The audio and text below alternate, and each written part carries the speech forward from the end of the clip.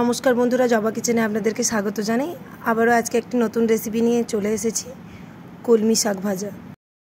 কড়াই গরম করে নিয়েছি, এর মধ্যে কয়েকটা লঙ্কা দিয়ে দিয়েছি। লঙ্কাগুলো ভালোভাবে ভেজে নেব।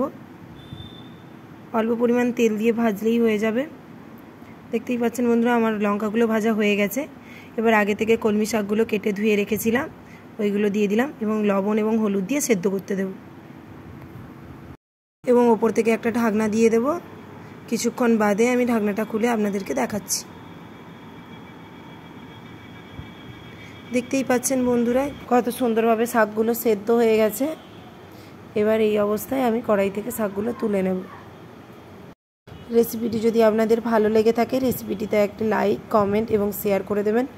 আমার চ্যানেলে নতুন হয়ে থাকলে চ্যানেলটি সাবস্ক্রাইব করার অনুরোধ রইল এবং পাশে থাকা বেল আইকনটি প্রেস করে অল নোটিফিকেশান অন করে নেবেন আমার সমস্ত ভিডিও সবার আগে পাওয়ার জন্য।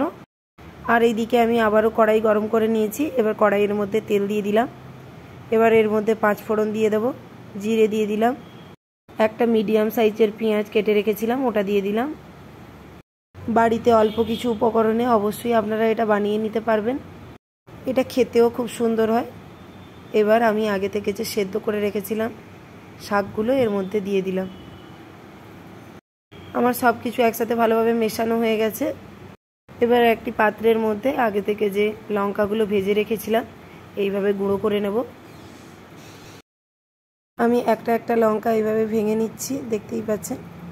একটু সময় নিয়ে এগুলোকে ভালোভাবে গুঁড়ো করে নিতে হবে। আমার সমস্ত লঙ্কাগুলো ভালোভাবে গুঁড়ো করা হয়ে গেছে। এবার ওপর থেকে শাকের মধ্যে দিয়ে দেব এবং কিছুক্ষণ নাড়াচাড়া করে কড়াই থেকে নামিয়ে নেব।